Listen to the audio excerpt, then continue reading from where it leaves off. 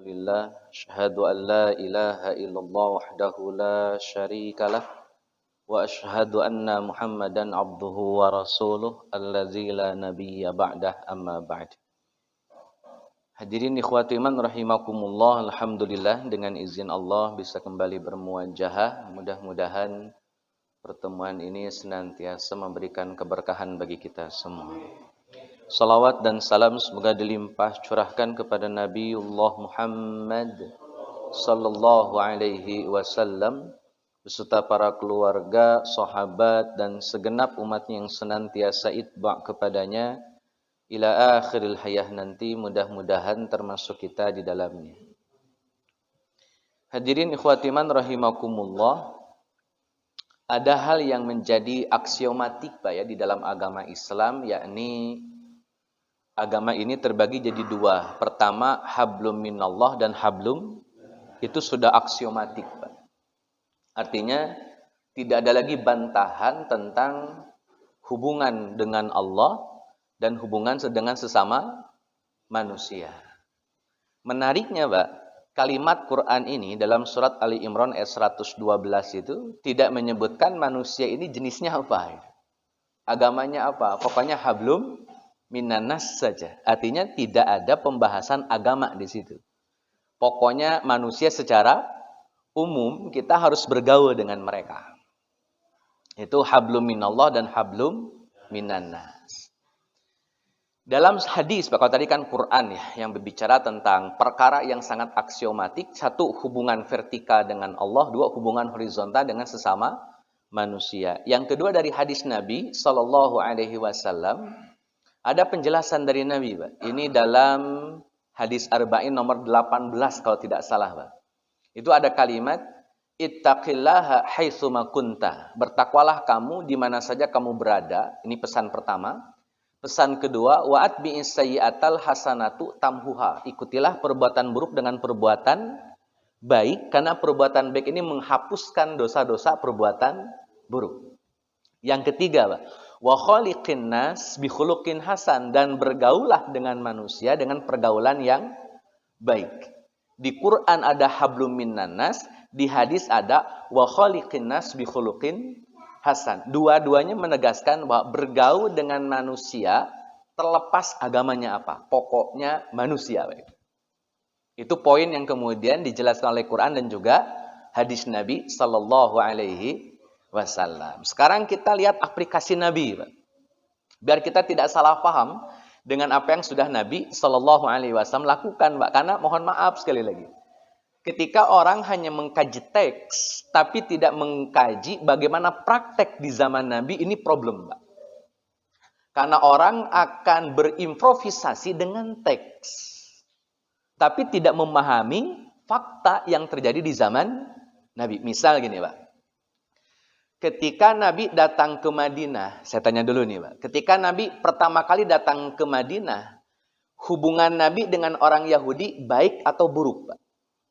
Ketika pertama kali Nabi tinggal di Madinah, hubungan Nabi dengan orang Yahudi baik atau buruk, Pak? Saya ulang lagi, Pak, nih. Pertama kali Nabi datang ke Madinah. Udah tahu jawabannya salah, Pak ya. Jadi awal mula Nabi datang ke kota Madinah, hubungan Nabi dengan orang Yahudi baik, Pak. Makanya ada piagam Madinah. Itu kan mengatur hubungan antara Muslim dengan orang-orang Yahudi. Kenapa? Oh, dibalik baru. Kalau dibalik, Pak. Jadi pertama kali Nabi datang ke Madinah, itu baik hubungannya, Pak. Nanti muncul pengkhianatan Bani Qainuqa, pengkhianatan Bani Nadir, pengkhianatan Bani Quraidah. Maka hubungan Nabi dengan orang Yahudi buruk, Pak. Nanti ada hadis yang Nabi sampaikan ketika masa-masa damai dengan Yahudi. Ada hadis yang disampaikan oleh Nabi dalam masa-masa konflik dengan Yahudi. Itu beda, Pak. Makanya tadi saya sampaikan di awal, orang kalau hanya mentok pada teks, maka dia akan berimprovisasi dengan teks, Pak. Tapi dia tidak paham fakta yang terjadi di zaman Nabi. Padahal Nabi berhadapan dengan Yahudi ada dua kondisi. Sedang damai, yang kedua musuhan, Pak. Ginilah sederhananya, Pak. Kalau hadis turun saat Nabi damai dengan Yahudi, Pak, kira-kira muncul nggak kalimat-kalimat sarkastik, Pak? Kan lagi damai, Pak. Masa ujuk-ujuk bunuh Yahudi, kan nggak mungkin, Pak, itu. Hajar nggak mungkin, Pak, itu. Itu lagi, Pak, itu. Karena lagi masa-masa damai, Pak. Tapi saat Nabi musuhan dengan Yahudi itu berlaku hadis, Pak. Kata Nabi, satu, jangan mulai salam. Kalau ketemu di jalan, pepet orang Yahudi supaya pindah ke jalan yang lain, Pak. Hadis itu disampaikan oleh Nabi saat Nabi dengan Yahudi hubungannya kurang baik, Pak. Ada hadis di mana Nabi harus, kata Nabi, jangan mulai salam dengan orang-orang Yahudi dan Nasrani. Kalau ketemu di jalan, pepet mereka. Desak mereka sampai mereka geser ke jalan yang lain. Itu hadisnya ada, Pak.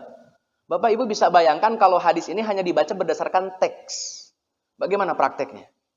Ada orang Yahudi pepet-pepet gitu Pak di jalan. Kan nggak mungkin, Pak. Malah kita yang ditimpuk sama orang, Pak. Ini maksudnya apa, man? Pepet-pepet, Pak. Jadi mau tidak mau ketika membaca teks baik Quran maupun hadis, kita harus baca konteks sosial di zaman nabinya, Pak. Itu mau nggak mau. Kesalahan dalam membaca konteks sangat mungkin salah dalam bersikap terhadap orang-orang yang bukan muslim. Dan ini saya rasa sering terjadi, Pak, sekarang. Misalkan ujuk-ujuk main ngebom aja. Ini ujuk-ujuk sudah main ngebom, ini sudah selah pelanggaran, Pak. Yang dikutip adalah hadis-hadis atau ayat-ayat tentang perang dengan orang-orang kafir. Lah, kan Nabi dengan orang musyrik apa nggak perang terus gitu, Pak. Ada masa di mana Nabi dengan orang kafir berdamai. Kalau kemudian semuanya harus diasumsikan perang, Pak, ini Islam nggak ada damai-damainya.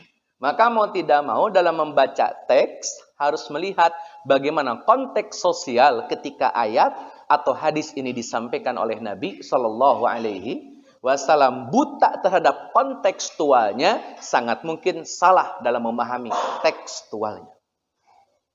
Hadirin ikhwati man rahimakumullah, saya perjelas, Pak. Itu hubungan Nabi dengan orang Yahudi. Maka waktu Nabi musuhan dengan Yahudi, Pak, Nabi masih berharap baik-baik dengan Yahudi. Karena Nabi pengen baik-baik dengan Yahudi, Yahudi sudah berkhianat kepada Nabi, turun ayat, Pak. Walan tardo angkal Yahud walan nasoro hatta tattabi'a millatahum. Wahai Muhammad, orang Yahudi, orang Nasrani tidak akan ridho kepadamu. Artinya Nabi nggak usah ngarep deh, pengen berbaik-baik lagi dengan setelah apa yang mereka lakukan, gitu loh, Pak. Tapi ini kan konteksnya kan di zaman Nabi, Pak. Setelah orang Yahudinya melakukan pengkhianatan. Nanti silakan Bapak baca sirah lah. Apa yang dilakukan oleh Bani Qainuqa, apa yang dilakukan oleh Bani Nazir, apa yang dilakukan oleh Bani Quraidah. Itu persoalannya mengganggu stabilitas nasional, Pak. Bukan personal Nabi. Yang dilakukan oleh kabilah Yahudi ini mengganggu stabilitas nasional. Maka tindakannya harus tegas, Pak. Hukuman mati. Karena mengganggu stabilitas nasional kota Madinah waktu itu. Sebagai negara yang berdaulat. Jadi memahaminya jangan dipahami, wah ini Nabi personal nih, langsung ujuk-ujuk bunuh, enggak, Pak. Apa yang dilakukan oleh Yahudi mengganggu stabilitas Madinah. Sedangkan Madinah adalah negara berdaulat. Logikanya gini, Pak. Ada orang Indonesia berkhianat kepada negara Indonesia. Kira-kira diapain, Pak? Hah? Nggak diapain. Itu harusnya lah, Pak, harusnya. Kalau sekarang saya nggak ikut urusan.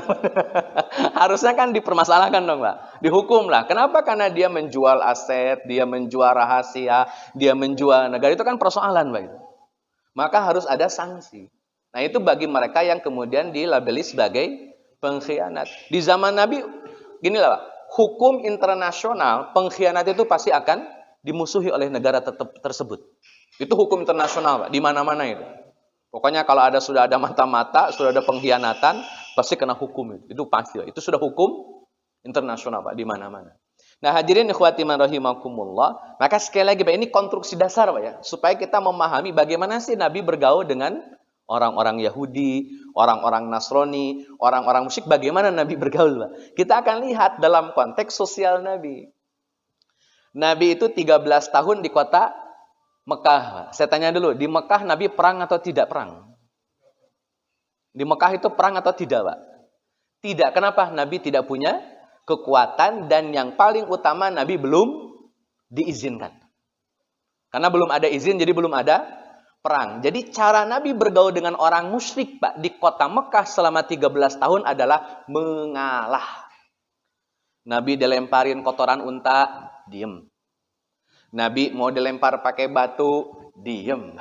Nanti Allah kan yang punya urusan itu, Pak, melindungi Nabi Sallallahu Alaihi Wasallam. Nabi mau dibunuh, Nabi masih diem. Harus gitu, Pak, cara memahami praktek bergaul dengan bukan Muslim.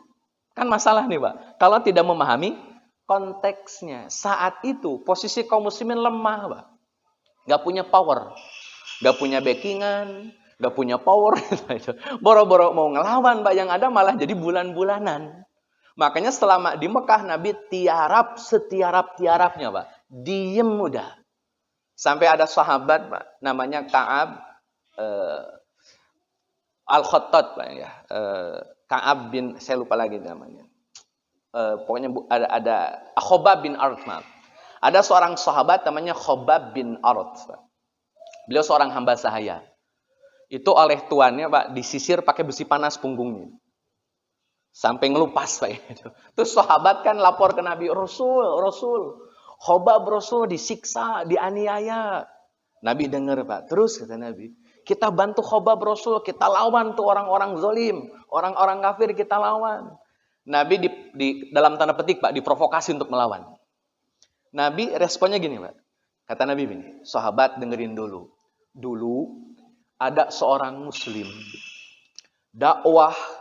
mendakwahkan tauhidullah sampai ditangkap oleh penguasa, kemudian digergaji sampai badannya terbelah jadi dua.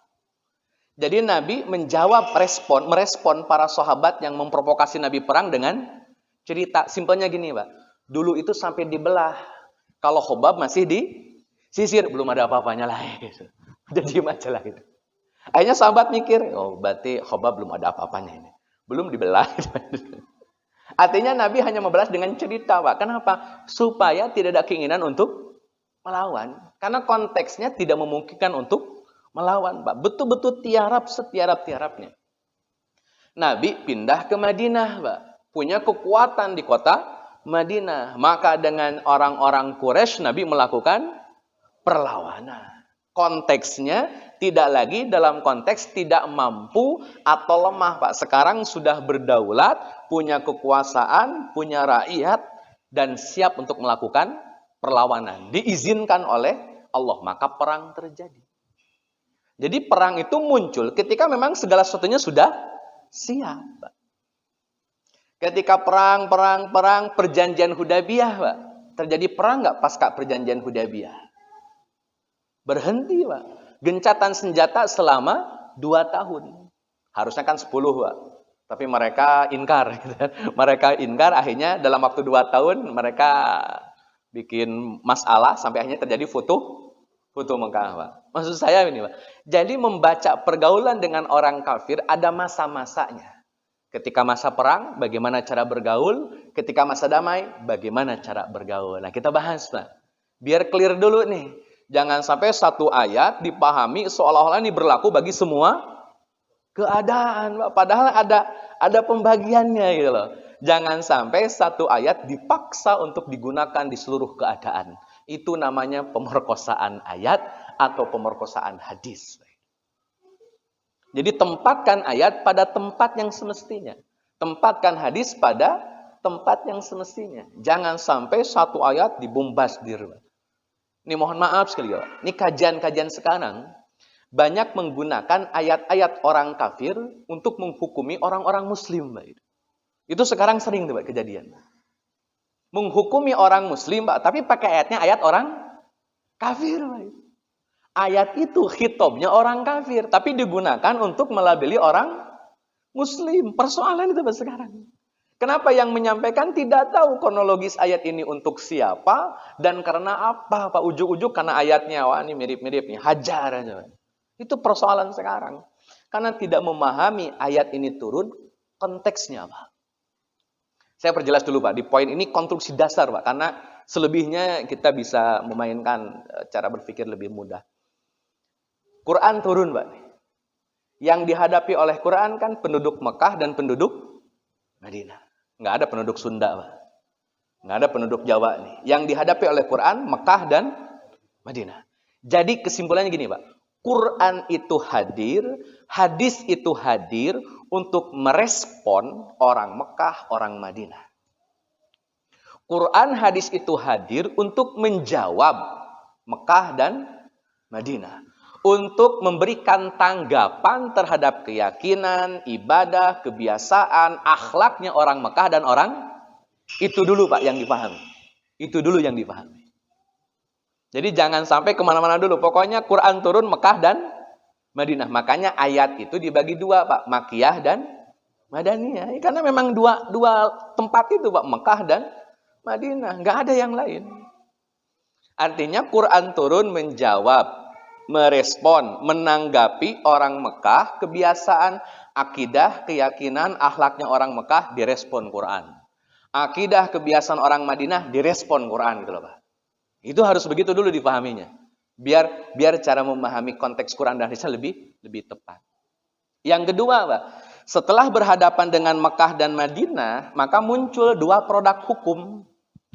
Produk hukum yang pertama sifatnya konstan, permanen, dan kontemporer. Itu produk hukum yang pertama.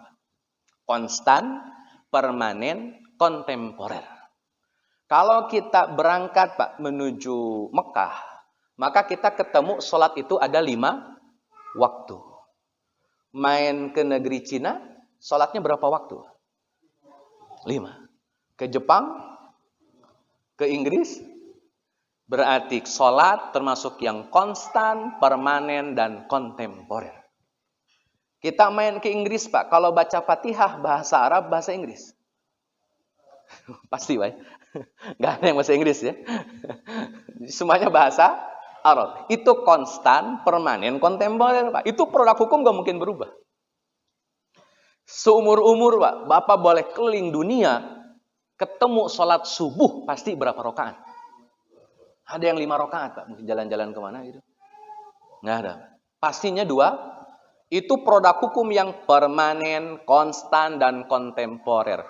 Untuk produk hukum yang pertama Pak, tidak hanya bangsa Arab, tidak hanya Mekah dan Madinah. Kenapa? Sifatnya kontemporer. Itu yang pertama. Yang kedua, produk hukum yang berkaitan dengan bangsa Arab. Dia terikat oleh kulturnya bangsa Arab. Mau tidak mau Pak, kalau untuk memahami produk hukum yang kedua, dia harus tidak konstan. Dia harus tidak permanen, Pak. Dan dia harus tidak kontemporer. Kenapa? Karena produk hukum yang kedua terikat oleh bangsa Arabnya. Contoh, Pak. Nabi Shallallahu Alaihi Wasallam ketika perang pakai gamis, pakai batik. Gamis. Perang nih. Gamis, Pak. Pak batik, Pak nih.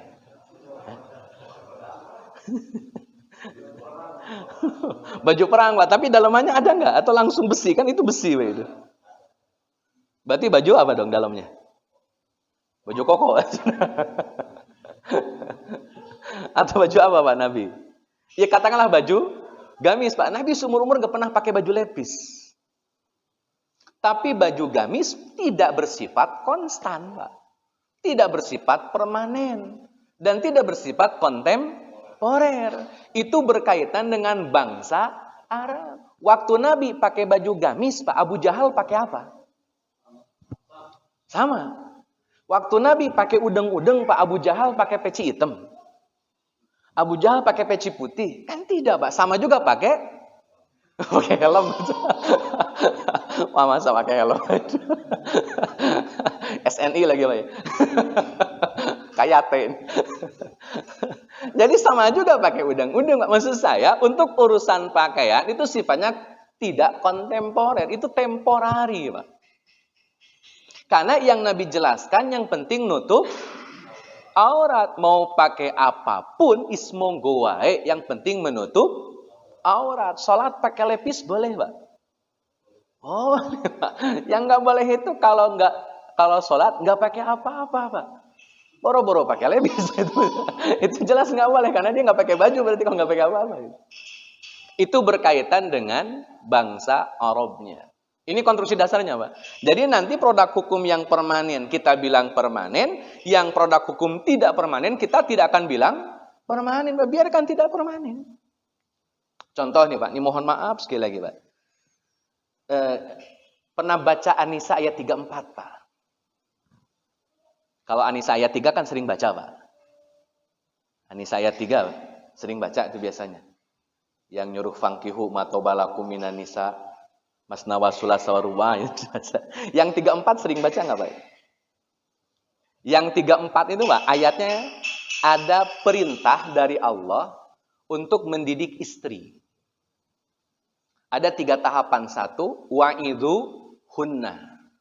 Nasehatin. Gak mempan dinasehatin.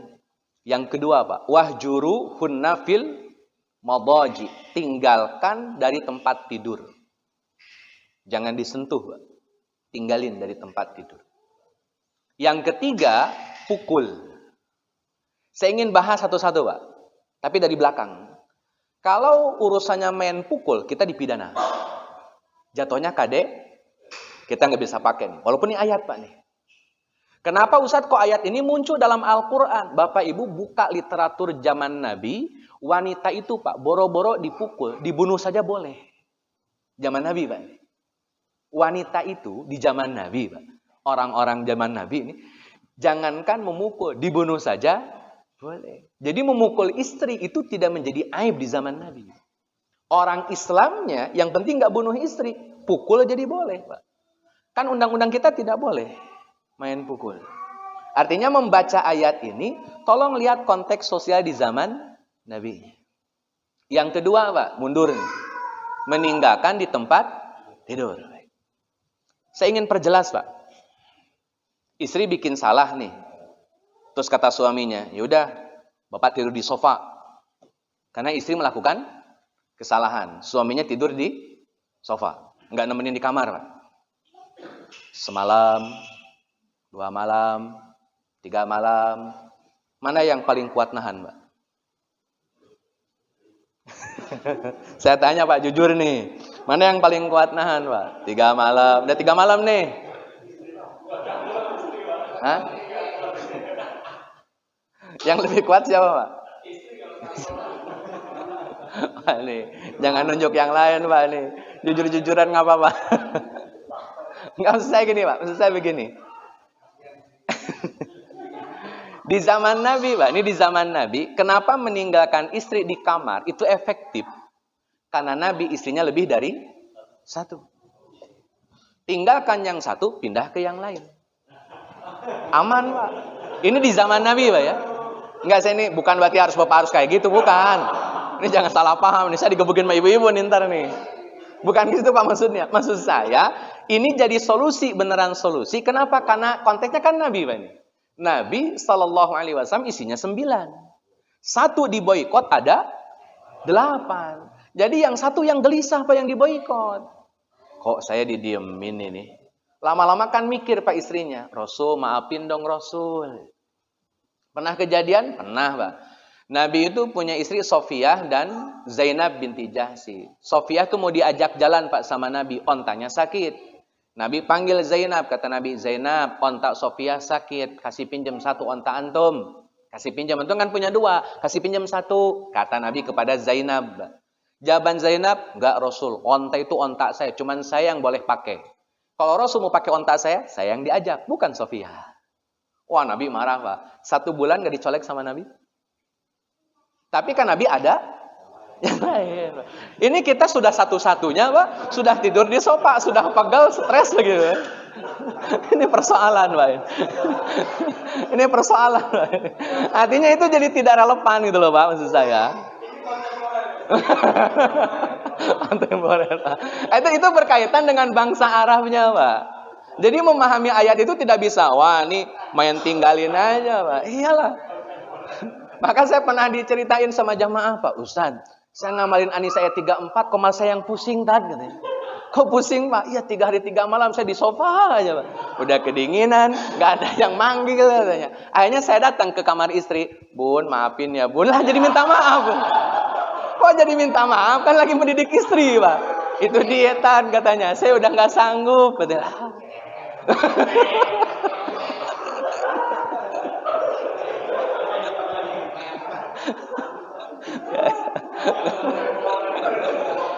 Ya.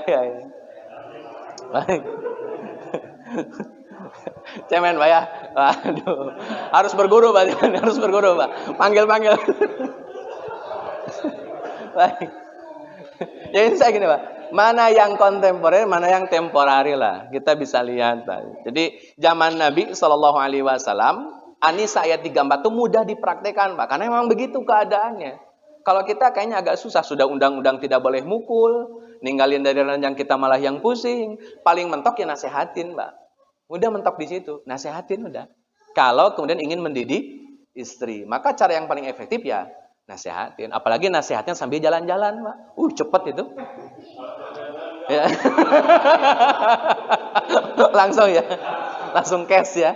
Iyalah siap. Nah, jadi ikhwati rahimakumullah, itu konstruksi dasar Pak. Bahwa dalam memahami Quran dan hadis harus melihat konteks sosial di zaman Nabi SAW. Kita akan breakdown Pak, bagaimana sikap bergaul dengan yang bukan muslim. Pertama Pak, kita sepakati dulu bergaul dengan non-muslim, itu dibagi dua dulu kelompoknya lah, biar kita clear. Satu Pak, kafir harbi namanya, yang kedua kafir zimmi. Kalau kafir harbi Pak, orang kafir yang kita berperang dengan mereka. Kita ribut dengan mereka. Kita musuhan dengan mereka. Kalau konteksnya kafir harbi, Pak, kita nggak boleh baik-baikan. Nggak boleh saling tegur sapa. Nggak boleh saling berbagi rahasia, Pak. Kenapa? Karena kafir harbi. Wong lagi perang, masa telepon-teleponan gitu, Pak. Wong lagi perang, masa ngobrol, Pak. Kan namanya juga lagi perang gitu, Pak. Itu kafir harbi. Yang kedua, kafir zimmi. Orang kafir yang ada perjanjian damai dengan muslim, Pak. Artinya tetanggaan, satu komplek, satu klaster, itu kafirnya kafir zimmi. Maka kata Nabi Pak Sallallahu Alaihi Wasallam, siapa yang membunuh kafir zimmi, siapa yang melukai kafir zimmi, maka sungguh dia telah melukai diriku. Artinya Nabi pasang badan Pak, untuk melindungi kafir zimmi. Kafir harbi nggak ada urusan, selesai Pak. Itu kita perang. Kita kan tidak dalam konteks kafir harbi nih Pak nih. Jadi kalau ada orang-orang yang suka ngebom-ngebom, itu mungkin punya asumsi orang kafir itu semuanya dihukumi kafir harbi. Padahal enggak Pak itu. Masa semuanya disebut kafir harbi? Masalah dong. Ini cara berpikir orang Islam model begitu salah tuh Pak. Akhirnya bom gereja, bom ini, bom itu kan jadi menciderai image Islam malah begitu dengan sikap-sikap mereka. Hadirin ikhwati rahimakumullah, maka kafir zimmi kita harus perlakukan seperti kita memperlakukan manusia pada umumnya. Perlakuan manusia pada umumnya. Misal, manusia itu kan butuh untuk dihargai dan dihormati. Berikan itu. Penghormatan dan penghargaan. Apapun itu, Pak. Misalkan dalam konteks tetangga, dia ngasih bantuan, kita ngasih bantuan. Kita ngasih hadiah, dia ngasih hadiah. Itu tidak ada masalah. Bahkan kata Nabi SAW, sembelihan ahlul kitab boleh dimakan, Pak. Tapi saya rasa ini harus dibahas ulang lagi nih, Pak. Karena sembelihan yang dimaksud tentunya kalau membaca bismillah. Dan ahli kitab zaman dahulu kalau nyembelih bacanya bismillah, Pak. Zaman dulu, Pak. Ini kalau zaman sekarang kayaknya nggak baca bismillah, Pak. Main potong-potong aja. Jadi ini juga perlu dikaji ulang kembali nih, Pak. Tapi prinsipnya, selama makanan yang dihadiahkan oleh yang bukan muslim dan makanan itu halal, terima, Pak. Hadiah pakaian, selama pakaian itu bisa dan layak dipakai serta menutup aurat, terima, Pak. Jadi nggak ada masalah dengan memberi hadiah satu sama lain. Itu pergaulan yang pertama, Pak. Yang kedua, kita boleh menjenguk orang yang bukan muslim ketika mereka sedang sakit. Boleh dijenguk, Pak. Seperti hanya Nabi ketika menjenguk seorang Yahudi saat Yahudi itu berhenti meludahi Nabi. Jadi kalau Nabi itu orang suka ngeludahin, berhenti ngeludahin, Pak, ditengok, dijenguk. Kenapa Bang berhenti ngeludahin saya? Itu Nabi, Pak. Itu kan keren sekali, Pak. Kalau kita kan tetap datang juga, Pak. Cuman judulnya beda, Pak. Kalau kita kan tetap datang, mana yang ngeludahin saya? Mau saya cekek apa saya gilas?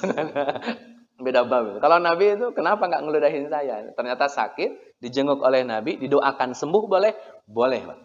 Orang yang bukan muslim boleh didoakan kesembuhan.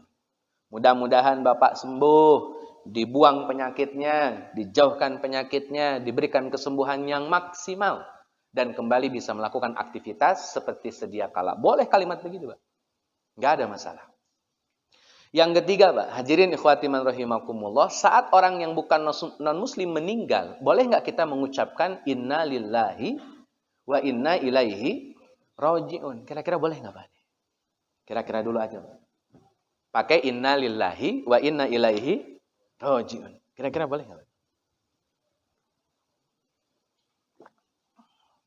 Kita artikan, Pak. Inna, sesungguhnya kita semua, lillahi milik, wa inna, sesungguhnya kita semua, ilaihi, kepada Allah, raji'un, akan kembali. Kira-kira orang yang bukan muslim milik siapa, Pak? Berarti inna, boleh dong disebut innalillah, karena milik Allah. Kecuali kalau dia milik Yesus, Pak. Kan dia juga milik Allah. Kan Allah yang punya, Pak, bukan yang lain, kan? Wa inna, dan sesungguhnya kita, termasuk beliau, ilaihi raji'un, akan kembali kepada, memang kembalinya kemana, Pak? Kan semuanya juga akan kembali kepada Allah. Jadi secara bahasa, mengucapkan inna lillahi wa inna ilaihi raji'un tidak ada masalah. Karena pada dasarnya semua manusia milik Allah, semua manusia akan kembali kepada apapun agamanya. Yang tidak boleh mendoakan Allahumma gfirlahu warhamhu, itu nggak boleh, Pak. Kenapa? Urusan ampunan di akhirat, mohon maaf, itu menjadi urusan dia dengan Allah. Kita nggak boleh mendoakan ampunan untuk kehidupan di akhirat. Jadi kalau meninggal inna lillahi wa inna ilaihi raji'un. Ini biasa saya gini, Pak. Saya ucapkan inna lillahi wa inna ilaihi raji'un. Kemudian saya bilang, semoga yang ditinggalkan diberi ketabahan dan kesabaran. Amin. Jadi yang didoakan malah yang ditinggalkannya. Bukan yang meninggalnya. Dan itu lebih mengena kepada yang kena musibah. Terima kasih, Pak, sudah didoakan. Padahal yang didoakannya sebetulnya orang yang masih hidup, Pak, bukan yang sudah meninggal. Tapi kan itu cukup untuk menyampaikan ya basa-basinya lah. Gitu. Akhirnya kan terpenuhi, Pak. Saya tetap menjaga persaudaraan sesama manusia tanpa menyinggung perasaan mereka. Dan saya menunjukkan bahwa Islam sangat toleran dengan mereka. Maka saya bilang innalillahi wa inna ilaihi raji'un. Semoga yang ditinggalkan diberikan kesabaran, ketabahan, dan mudah-mudahan ya tidak larut dalam kesedihan. Selesai, Pak. Segitu aja. Nah, kalau sudah mendoakan kehidupan di akhirat mendapatkan ampunan, Islam menolak, tidak boleh. Hadirin ikhwati man rahimakumullah, yang berikutnya, Pak. Orang yang bukan muslim ini kan punya kebiasaan dalam beragama. Ada kebiasaan mereka dalam muamalah, dalam berpakaian, dalam berbicara, dalam berkendara, dalam ngobrol, itu urusan muamalah, Pak. Tapi ada yang menjadi ciri khas mereka dalam ibadah. Jadi ini khas ibadah mereka. Maka kata Nabi, jangan menyerupai mereka dalam ibadah yang spesifik mereka lakukan. Kalau urusan pakai jas, boleh-boleh saja. Urusan pakai peci hitam, boleh-boleh saja, Pak. Atau topi koboi, boleh-boleh saja. Tidak ada masalah. Tapi kalau masuk pada ranah yang itu spesifik ibadah mereka, Pak. Kira-kira apa, Pak, yang masuk kategori ibadah mereka? Kira-kira apa, Pak? Oh. Nah, merayakan misa. Kan Natal itu ada misanya, Pak. Nah, misanya kita ikut hadir. Itu enggak boleh. Kenapa? Ya. Oh, ya, makanya kata Syukron Ma'mun itu, Kiai Haji Syukron Ma'mun, gereja aja dijaga, kiai kagak dijaga gitu. Itu digambar tuh. Jadi ya adil lah ya, kalau mau jaga semuanya dijagain dong gitu. Jangan sampai kayak kemarin di Astana Anyar, kan kena tuh bom satu lolos ya. Itu nauzubillah ya. Jangan sampai terjadi lah. Ini mudah-mudahan nggak ada peristiwa ngebom gereja, Pak. Kenapa? Karena itu menciderai image Islam intinya. Entah siapa pelakunya, Pak. Bisa jadi pelakunya juga bukan muslim, bisa jadi ya, wallahu alam kan.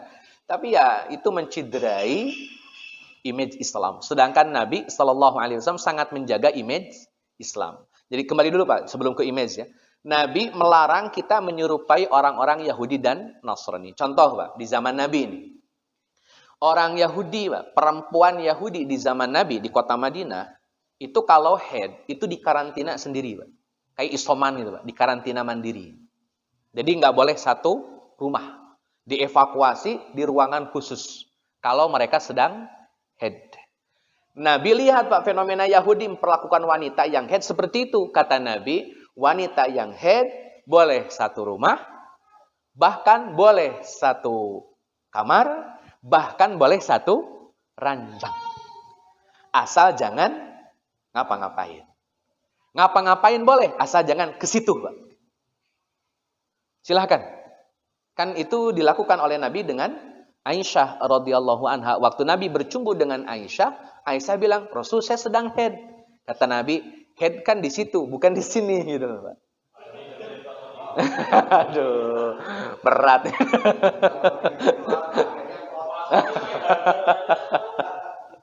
Jadi, asal jangan ke situ lah, Pak. Dan saya paham, Pak ya.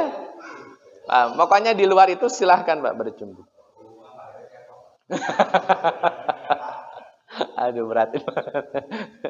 Dan itu memang hukumnya kan haram Pak ya kalau head. Makanya Nabi Shallallahu Alaihi Wasallam bikin pola yang beda dengan Yahudi. Kalau Yahudi Pak mengevakuasi perempuan, kalau di zaman Nabi di agama Islam perempuan boleh satu rumah, satu kamar, satu ranjang, selama tidak ke situ. Itu Nabi mengizinkan. Artinya berbeda dengan Yahudi. Di zaman dulu Pak, orang Yahudi itu cukur jenggot, pelihara kumisnya tuh melintir-melintir Pak gitu. Jenggotnya nggak ada. Polos Pak. Ketika terjadi perang antara Nabi dengan Yahudi untuk menunjukkan bedanya Nabi dengan Yahudi, Nabi bilang cukur kumis pelihara jenggot. Karena gini lah Pak, bisa Bapak Ibu bayangkan pakaian sama, udeng-udeng sama, senjata sama. Untuk membedakan muslim dan kafir kan kadang-kadang siwer gitu malah kalau orang Sunda mah. Ini kadang-kadang susah nih bedainnya. Maka dengan penampilan kumis ada jenggot nggak ada, oh berarti Yahudi. Kalau ada jenggot kumis nggak ada, oh berarti muslim. Kan itu lebih simpel Pak. Karena pasti berhadap-hadapan kan. Kan nggak mungkin yang di rumah tuh ada kuncir atau nggak ada kuncir, kan susah Pak itu ngelihatnya Pak. Yang paling praktis kan wajah. Itu ya kumis dan jenggot. Kalau ada kumis Yahudi, nggak ada kumis Muslim. Selesai. Sehingga perang itu jauh lebih mudah dan efektif. Maka Nabi menyelisihi Yahudi dengan memelihara jenggot dan mencukur kumis. Maka dalam fikih ada yang mewajibkan, ada yang mensunnahkan. Sebatas sunnah saja. Boleh ada, boleh juga tidak ada. Jadi tidak harus kemudian, wah maksa-maksain ada jenggotnya. Kalau emang nggak ada hormon jenggot, nggak usah dipaksain ada. Mau pakai obat minyak kemiri, minyak apapun ya enggak usah. Kalau emang sudah enggak ada, biarkan saja. Kalau memang sudah dapat hormonnya, ya alhamdulillah silahkan Pak. Tapi itu pun tidak menjadi wajib. Sebatas hukum sunnah. Ada yang bilang wajib? Ada Pak. Ya, teman-teman kita dari Roja itu menyatakan wajib punya jenggot. Tapi teman-teman yang lain selain Roja tidak menyatakan wajib. Dalam madhab Syafi'i yang paling mu'tamad, sebagaimana pendapat Imam Nawawi dan Imam Rafi'i, hukum jenggot sunnah saja, tidak sampai pada wajib. Hadirin ikhwati rahimakumullah.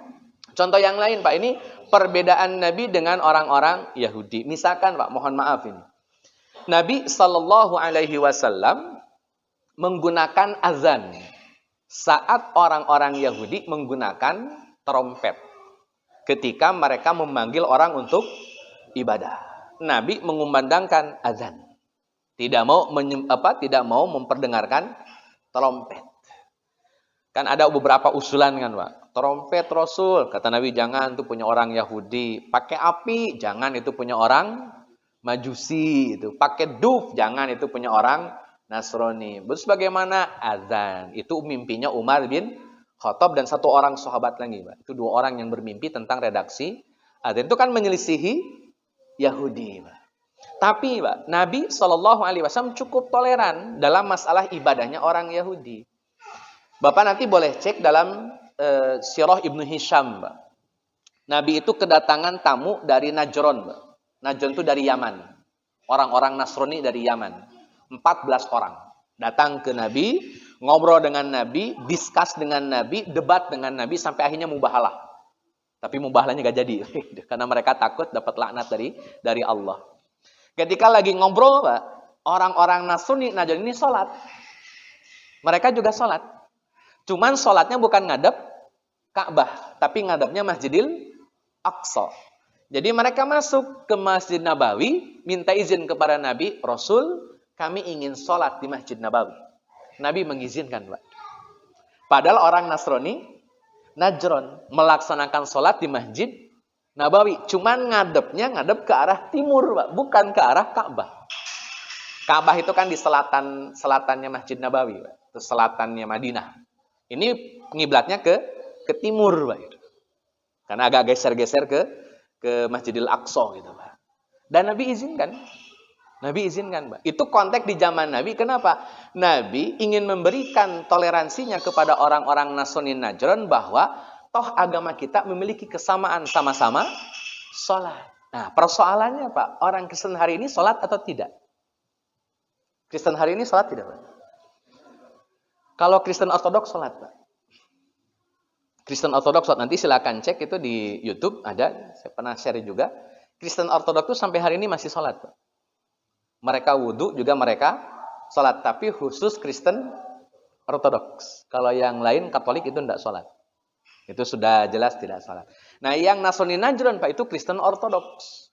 Datang ke Nabi, minta izin masuk Masjid Nabawi dan melaksanakan ibadah sholat. Nabi izinkan, Pak. Kenapa? Ada chemistry.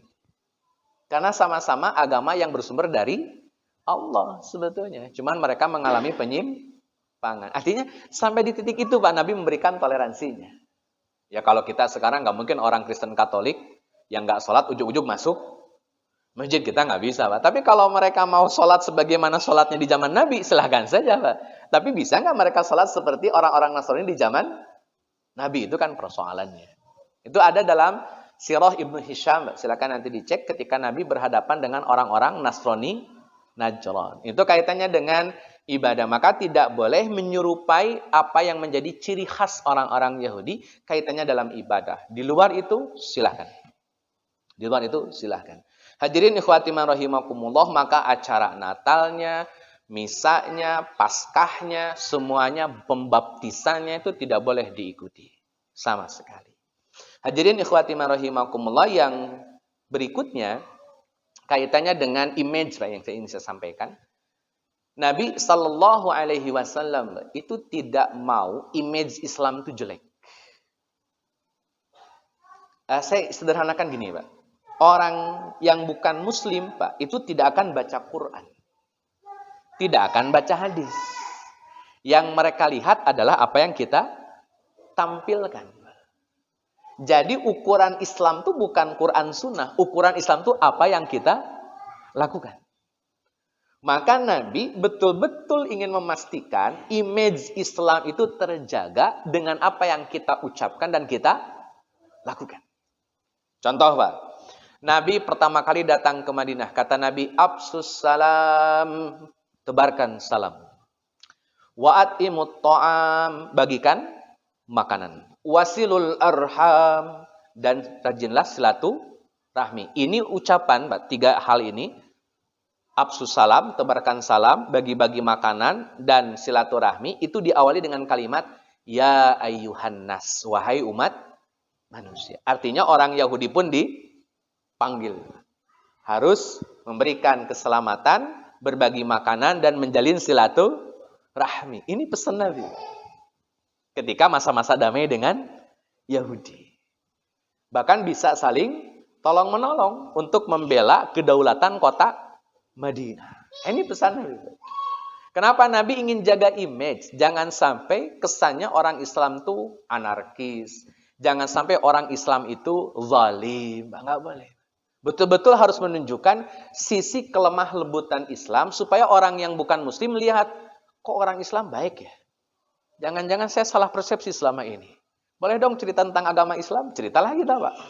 Lama-lama akhirnya, bagus juga nih Islam. Akhirnya belajar agama Islam. Saya dengar masuk Islamnya Dr. Tirta, Pak. Itu. Dr. Tirta yang Chinese tuh. Ya. Kan ibunya atau bapaknya siapa itu yang Muslim gitu ya. Akhirnya dia sering dengar azan, gitu. Terus mimpi azan berapa kali. Sampai akhirnya beliau tanya-tanya dan belajar agama Islam. Dan akhirnya masuk Islam. Mu'alaf kan beliau itu. Nah, hadirin ikhwati man rahimakumullah, saya rasa perlu ada ruang-ruang kita menunjukkan nilai-nilai Islam bukan dalam buku, bukan dalam kitab, tapi dalam kehidupan sehari-hari, Pak. Makanya saya sarankan betul kalau bicara tentang adab dengan sesama non-muslim, ya perlakukanlah mereka sebagaimana manusia seutuhnya, Pak. Perlakukan mereka seperti manusia. Apa yang manusia suka, ya perlakukan dengan cara itu. Apa yang manusia tidak suka, ya jangan lakukan itu, Pak. Kenapa? Karena mereka punya peluang untuk menikmati hidayah Islam, Pak. Cepat atau lambat. Apalagi, Pak, ini kalau bicara akhir zaman, saya tanya dulu. Penganut agama mayoritas di dunia, Islam atau Kristen, Pak? Di dunia. Yang mayoritas di dunia, Pak? Kristen. Kristen, Pak. Jadi agama Islam itu agama nomor 2, Pak, di dunia. Bukan nomor 1, Pak. Nomor 2. Kalau bicara Indonesia, betul, Pak, mayoritas Islam terbesar. Itu Indonesia, Pak. Tapi kalau seluruh dunia disensus, maka yang paling banyak adalah orang yang menganut agama Kristen. Ini kabar baiknya, Pak. Dalam surat An-Nisa ayat 159, Nabi Isa itu kan turun lagi, Pak, ke bumi. Di antara tugasnya nggak cuma bunuh Dajjal, Pak. Gampang bunuh Dajjal mah, orang Dajjal aja kabur-kaburan, ketemu Nabi Isa kan kabur sana, kabur sini. Akhirnya pas ketemu nggak bisa kabur, melelehkan Dajjal. Ini kan gambaran hadisnya begitu. Terus apa tugas penting Nabi Isa? Tugas penting Nabi Isa adalah klarifikasi kepada orang-orang Nasrani. Saya kasih ilustrasi gini, Pak. Kalau orang sudah dianggap gurunya, ngomong apapun pasti didengar. Persoalannya kan kalau orang tersebut bukan atau tidak dianggap gurunya. Ngomong benar kayak apapun pasti tidak akan didengar. Itu berlaku di mana-mana loh, Pak. Sampai sekarang tuh berlakunya tuh. Kenapa akhir zaman yang diutus kembali bukan Nabi Muhammad tapi Nabi Isa? Karena mayoritas Kristen, Pak. Dan Nabi Isa harus turun untuk klarifikasi. Karena hanya orang yang diyakini sebagai Tuhan, saat orang itu kemudian bicara bahwa dia bukan Tuhan, baru didengar, Pak. Nabi Muhammad ngomong kayak apapun tetap tidak akan diterima. Karena bukan yang diyakini Tuhan. Maka harus yang datang Nabi Isa. Kata orang-orang Nasrani, wah ini Yesus. Kemudian sudah kumpul, kata Nabi Isa, saya ikut agama Muhammad. Hening, Pak, itu. Maka kata Al-Quran surat An-Nisa 159, akan masuk Islam semua ahlul kitab sebelum kematian Nabi Isa alaihi salam. Pasti. Itu kan kabar baiknya, Pak. Nah, ini kembali ke kita sekarang. Kita punya tugas, Pak, untuk menunjukkan nilai-nilai Islam kepada orang-orang yang bukan Muslim. Islam itu toleran, Islam itu baik, Islam itu ramah, Islam itu betul-betul menjaga persaudaraan. Kita boleh berbeda keyakinan, tapi kita bisa saling membantu dalam urusan yang lain, dalam urusan yang kita sepakati. Maka dengan menunjukkan nilai-nilai Islam, sampai orang itu kemudian masuk Islam, itu luar biasa, Pak, nilainya di sisi Allah Azza wa Jalla. Dan cara Nabi SAW, orang Yahudi sakit, dijenguk. Di zaman Nabi, Pak, orang Yahudi nagih hutang dengan cara kasar, Nabi baik-baikin. Di zaman Ali bin Abi Thalib, Pak, baju besi rebutan dengan orang Yahudi, Alinya ngalah. Dimenangkanlah Yahudi di pengadilan waktu itu, Pak. Sampai akhirnya orang Yahudinya masuk Islam. Dan banyak cerita yang lainnya yang menunjukkan betapa Islam punya nilai-nilai yang sangat baik dalam rangka menjaga image Islam. Jangan sampai ada tindakan kita yang menciderai Islam. Saya sederhanakan sedikit saja, Pak. Orang munafik di zaman Nabi ada atau tidak, Pak? Orang munafik, Pak, di zaman itu kan orang kafir tapi pura-pura Islam. Itu nggak ada mukmin-mukminnya, Pak. Munafik di zaman Nabi itu kafir tapi pura-pura Islam. Waktu Umar bin Khattab pengen bunuh, Pak, jawaban Nabi apa? Waktu Umar pengen bunuh, Rasul sikat aja palanya gimana? Jawaban Nabi, Pak, jangan Umar.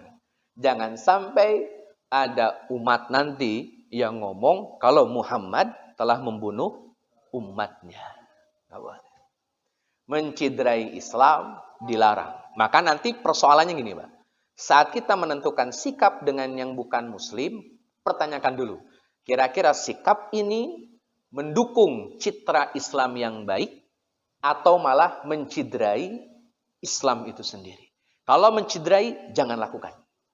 Karena kita berarti berperan besar membuat kebencian terhadap Islam dari mereka. Tapi kalau kita bisa merangkainya dengan baik, sampai itu menjadi citra yang baik bagi Islam, lakukan. Jadi nanti analisanya, pertimbangannya Pak, ini bisa menambah citra Islam atau tidak. Tapi ini harus jujur, Pak. Jangan main dipaksa, pokoknya citra Islam, jagain aja lah gereja. Belum tentu ke sana, Pak, itu kesimpulannya. Belum tentu ke sana. Yang penting, lakukan apa yang bisa menambah citra dan image Islam, sehingga mereka welcome dengan Islam, syukur-syukur mereka mendapatkan hidayah Islam. Itu target kita bergaul dengan orang-orang yang bukan Muslim. Maka poinnya, wa khaliqin nas bi khuluqin hasan, bergaulah dengan manusia dengan pergaulan yang baik. Sudah isya ini, Pak? Udah lewat malah. Ada suara. Baik, hadirin ikhwati man rahimakumullah, salah situ yang bisa disampaikan. Mohon maaf atas segala kekurangan. Assalamualaikum warahmatullahi wabarakatuh.